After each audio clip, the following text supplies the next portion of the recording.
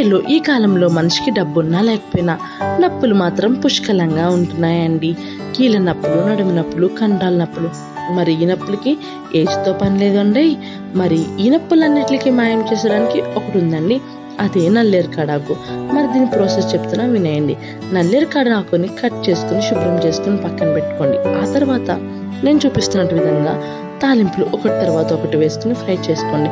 లాస్ట్లో ఎండుమిర్చి వేసుకుని చింతపండు వేసుకోవాలి. నిమ్మకాయకి కొంచెం తక్కువ సైజు ఉన్నంత చింతపండు వేసుకుని ఫ్రై చేసుకోండి. ఆ తర్వాత ఆ పోపు తాలింపులు పక్కన తీసుకుని అదే నూనెలో మనం కట్ చేసుకుని ఆ నల్లేరు కాడలు వేసుకుని ఫ్రై చేసుకోండి.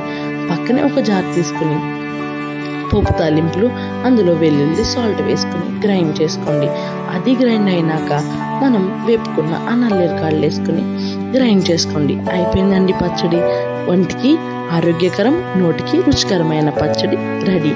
Do follow, share and subscribe to my videos. Thank you.